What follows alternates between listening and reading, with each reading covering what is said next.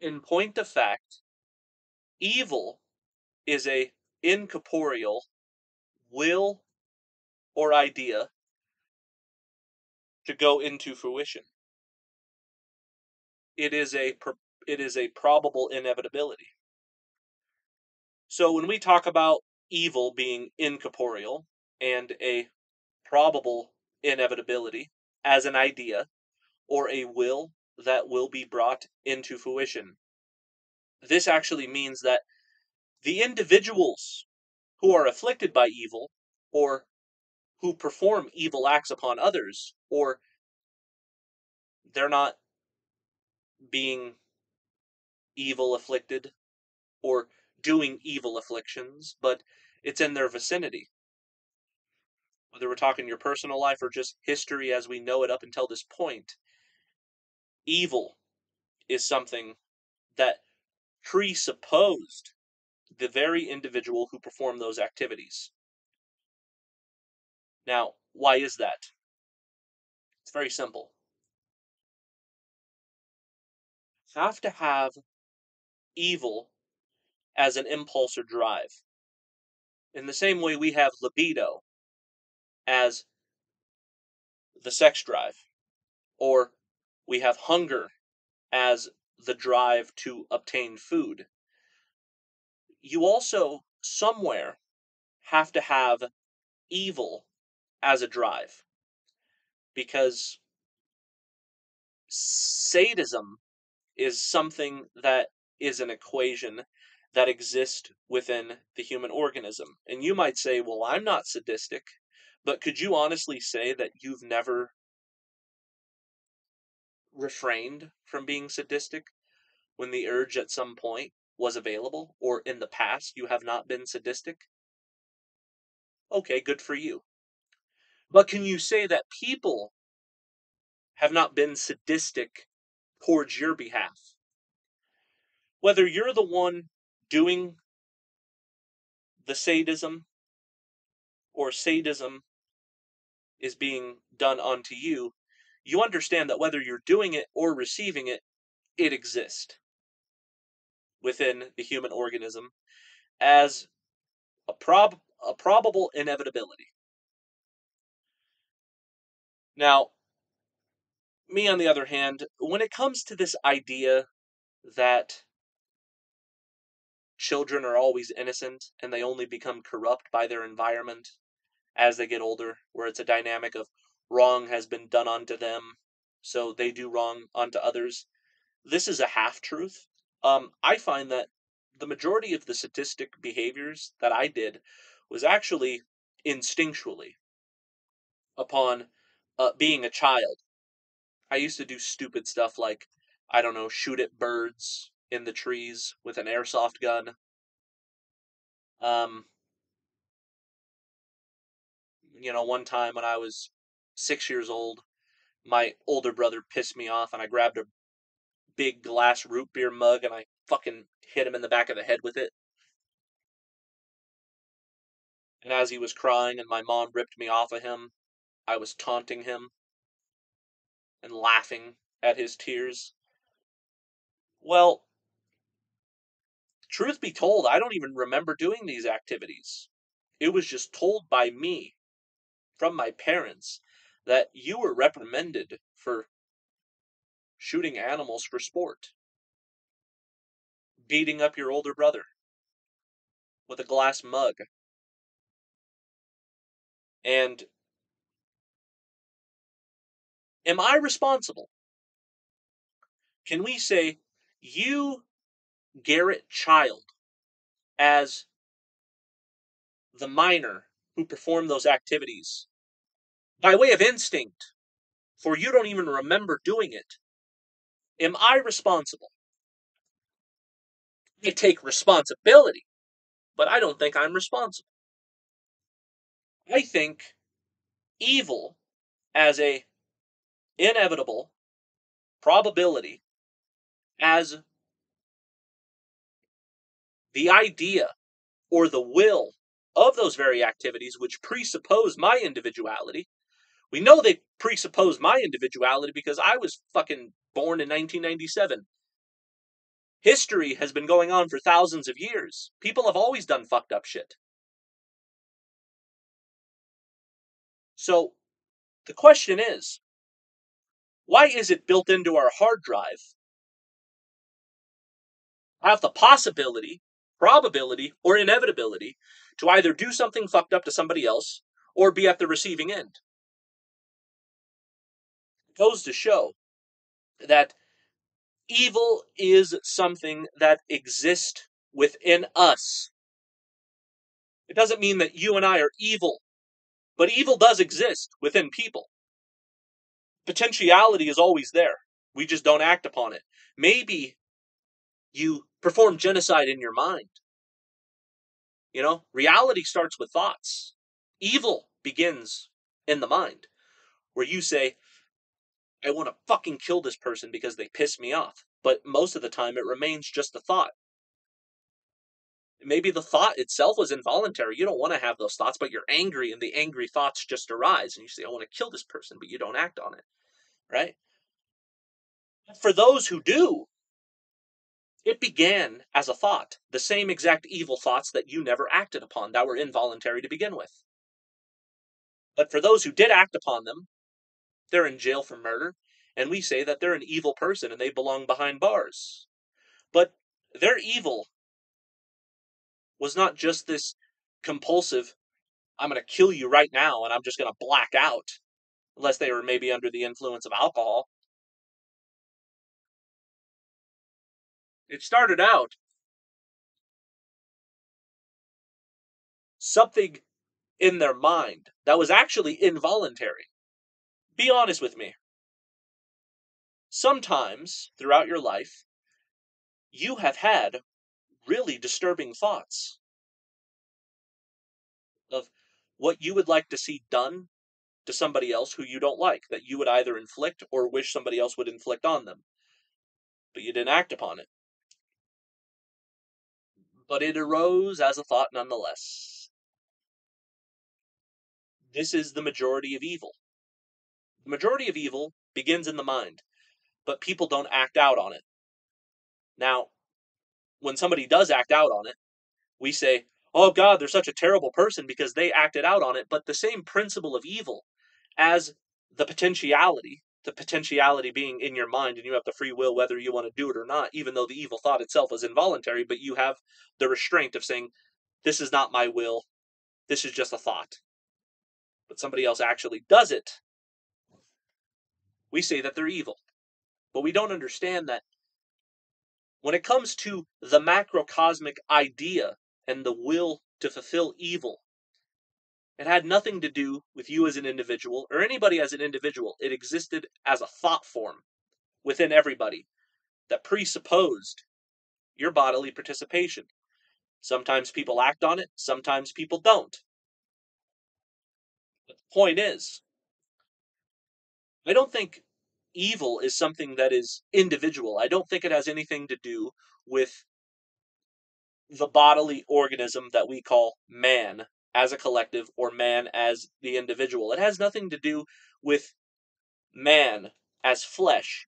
It has to do with an instinctual drive that belongs to a certain essence within a law of nature, which is a law that gets fulfilled through us.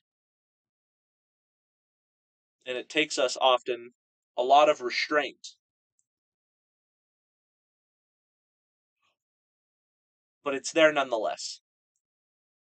So, with that being said, the point is, people are not to blame for the terrible shit that they do. What is to blame is not the effect. If somebody does something on account of sadism, or they get off on somebody else's pain, am I being an apologist? No. Should they receive consequences? Yes. But even if you hang them, even if they spend some time in prison, I don't think it was Jim, Tom, or Frank that was the cause as those particular individuals to enact that. I think it was evil incorporeal as the idea or will that exists within us from the get-go. Evil is a principle in nature. When we talk about nature as a generality, it has nothing to do with you and I in particular.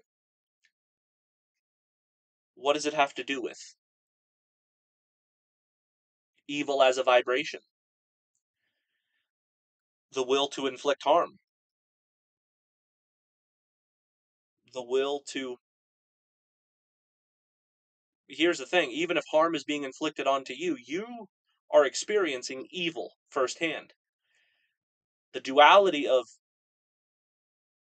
the doing or done upon doesn't really matter in this case, because we're talking about evil as an essence, evil as a general probable inevitability. It seems to be involuntary. People just act out animalistically by way of instinct these things. They always have. You know, we have to ask ourselves, well, we want to talk about all of the most fucked up people who have ever existed, whether it be dictators or whether it be serial killers, rapists, you name it. Yes, these are terrible people, but I think we need to use, quote, people as the realm of effects to something more paranormal as the cause.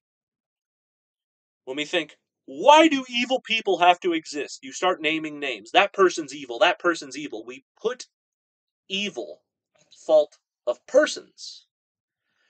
But the person was just performing a law in nature that presupposed their bodily existence.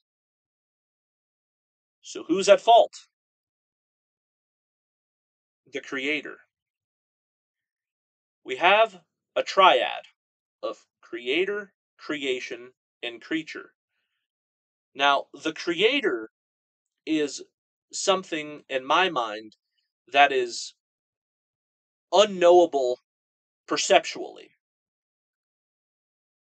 It is what you might call the cause of all causalities and all the effects that come from the cause that brought the cause forward and the effects. Right?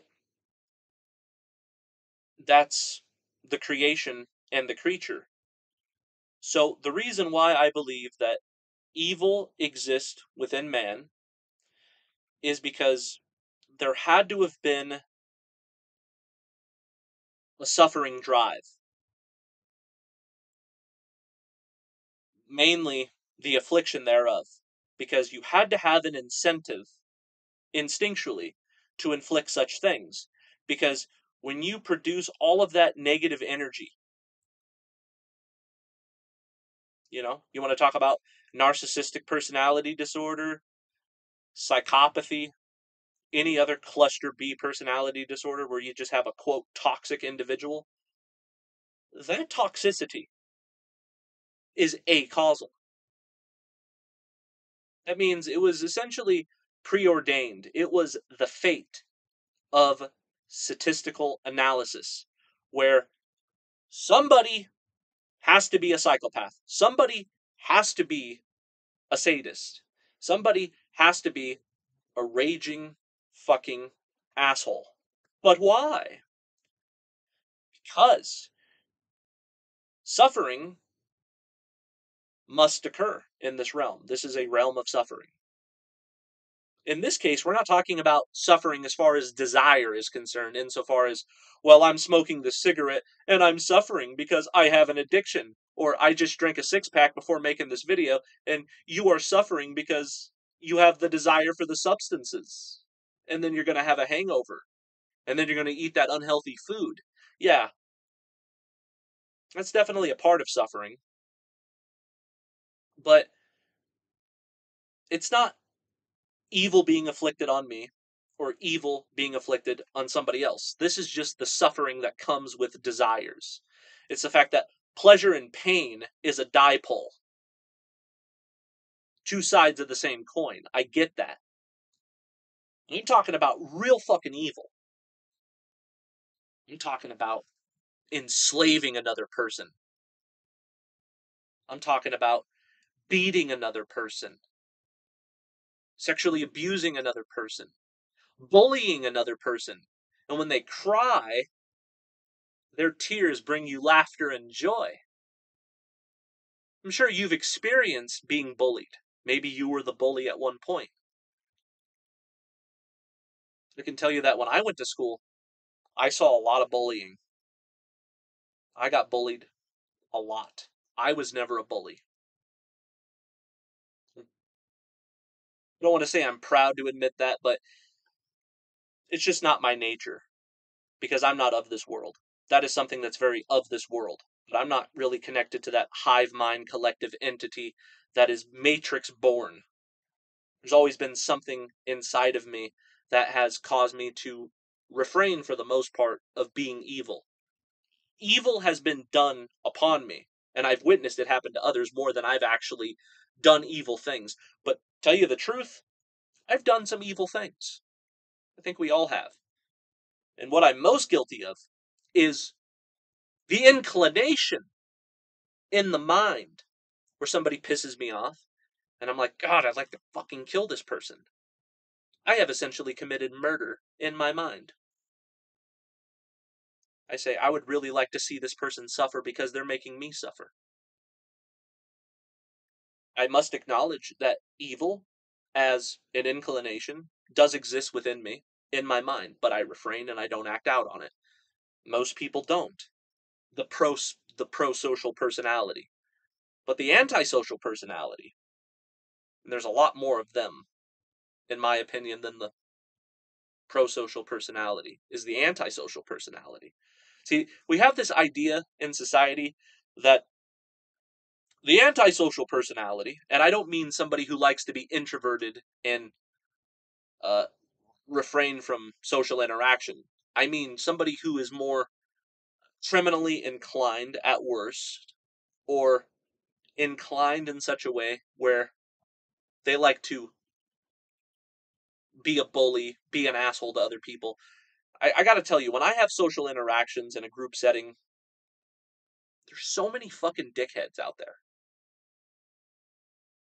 So many. When we say that in order for somebody to be a psychopath, which is like 2% of the population, they have to be, you know, bloodthirsty. They have to be sadistic. That's not necessarily true.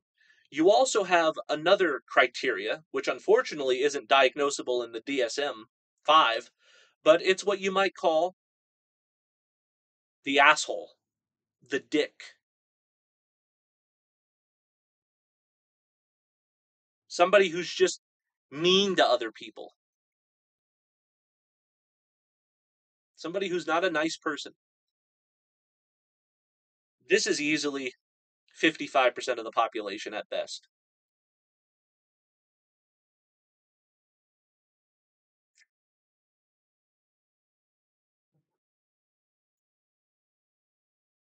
So, the point of this video is to inform you that we have to embrace what Friedrich Nietzsche called the law of no responsibility, where everything that's fucked up that somebody does, or whatever somebody else does to you, you are not responsible, he is not responsible. But what is responsible is not the effect, it's the cause, which is the probability, which is inevitable, of evil as a law in nature that must be performed. And then all of the suffering that that induces based upon the individual, which evil presuppose the individual, but the individual acts it out nonetheless by law, this is creating a lot of suffering, a lot of negative energy. And I believe that there's something metaphysical that is feeding off of it. Absolutely.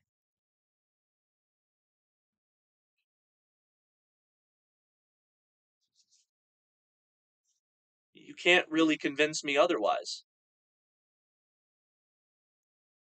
When you want to understand the design of this place, you understand that the design has always been humans afflicting sadistic pain upon other people. Throughout history, we understand that it is a law of nature. But we have to understand who designed the machine to be that way. You know, they say the apple doesn't fall far from the tree, like father, like son. As above, so below. The above is a mirror that reflects a deformed, evil, predatory face that wants to feed off of negative energy. But it is not the cause incorporeal that feeds upon it, but it's rather the cause by way of the so below factor of the humans enacting these things to cause the negative energy in the first place, that the actual cause, the above, is able to feed off of. And in modern Gnosticism, they call this loosh. Loosh is the energy that is, quote, negative, that something metaphysical, metaphorically speaking, has a big spaghetti string hanging from his lip. And it's just a never ending string that's just all the way down to a bottomless pit, and it's just sucking it up forever and ever. It feeds off of it. It's a source of food, it's a source of substance, it's a sort of drug. It likes to feed off of negative energy. You know, you might say, as a pro-social personality, that I like to feed off of positive energy. When I make somebody else happy, I feel happy. When I see a child smile, I smile. That's good. Me too.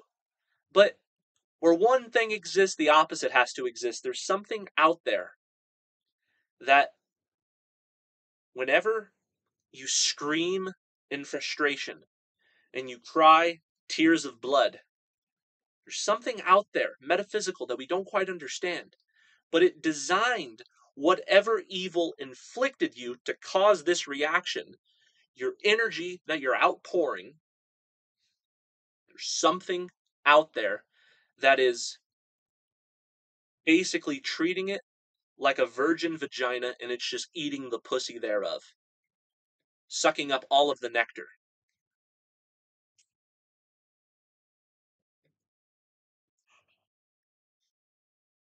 And then it's going to penetrate it, and it's going to have an ejaculation on account of your suffering. Bit of a crude analogy, but these things just come to me. When it comes to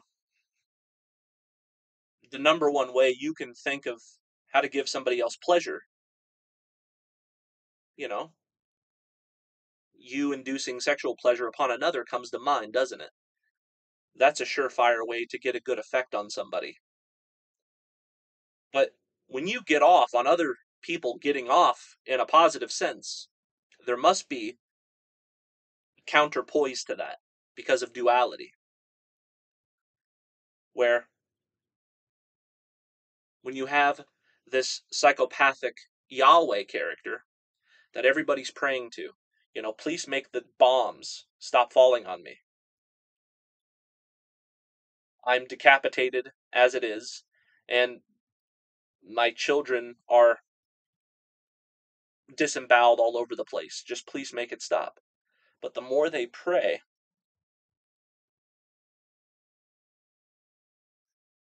the more the bombs just keep falling and the more people keep dying. And the same people who pray to the same God that are doing it, they believe they have God on their side. But what they don't understand is the victim and the victimizer is only a dipole. The victim and the victimizer are two sides of the same coin. Because in order to create the loosh through the extreme amounts of suffering brought about by sadistic behavior, you have to have the victimizer to perform the victimization. And then, once the victimization has been well established, the victimizer will never stop, because the victimizer had the impulse to do so in the first place. And even ideologically speaking, in their religious texts, it says, perhaps, conquer, kill all of the infidels, make them convert. But then, in the other Abrahamic religion, it will say that all Gentiles are to be treated as cattle and treated as your property that I have ordained for you to treat however you like. See, all Abrahamic religions have a formula of everybody striving to be a victimizer. But not everybody can be the victimizer, no matter how much the sadistical principle of evil would like for the individuals who are enacting these things to be not on the receiving end, but on the inflicting end. No, unfortunately, it doesn't work that way. Unfortunately for the victimized, if they could be the victimizer, believe you me, they would be the victimizer. Because they're not, that's the only reason why they're the victimized. If the tables were turned, the tables would be turned in a fucking heartbeat when it comes to people who belong to the Yahweh principle of Abrahamic religions. Forgive me for saying this, but you cannot worship a God of fear, war, and brutality without those subscribing to that religion's taking on the very vibration of the evil of the so-called God that they worship. Whether it's the victimized or whether it's the victimizer, you must understand that the activities that are being performed through them is the evil that presupposed them in the first place. So it's really just their fate to do so. Individuals are not responsible, nor should they even be held accountable. It's the as above, incorporeal, that corresponds to the so below.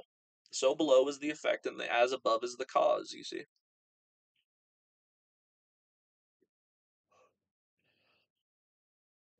How can we make it stop? For one, don't worship Yahweh, because as the old expression goes, the worshipper takes on the qualities of that which they are worshiping.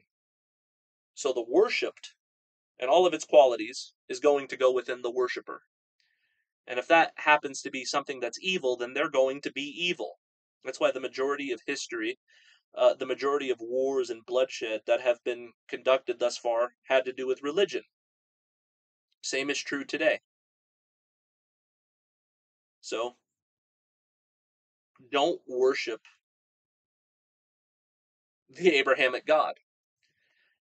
That way you're less inclined to have victimization or you being a victimizer in the first place.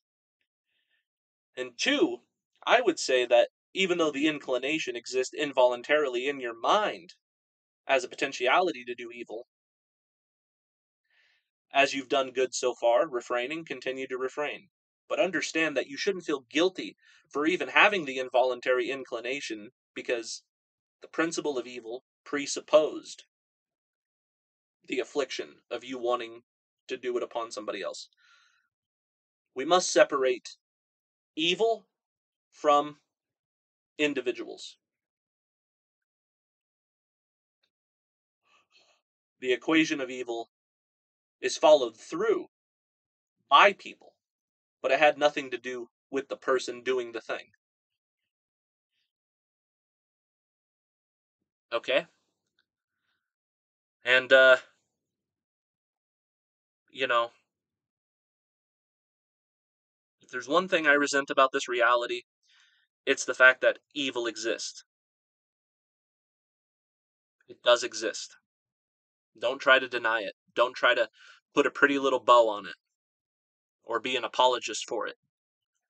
Understand that evil does exist, but evil is actually something that's quite natural. It exists as a incorporeal law that is to be fulfilled through corporeality. And all of the agony that it produces, believe you me, there's something metaphysical and paranormal that we don't understand that not only ensured those things to happen, but wanted them to happen because they wanted to feed upon the loosh. Okay? There's no solution. There's no escaping it.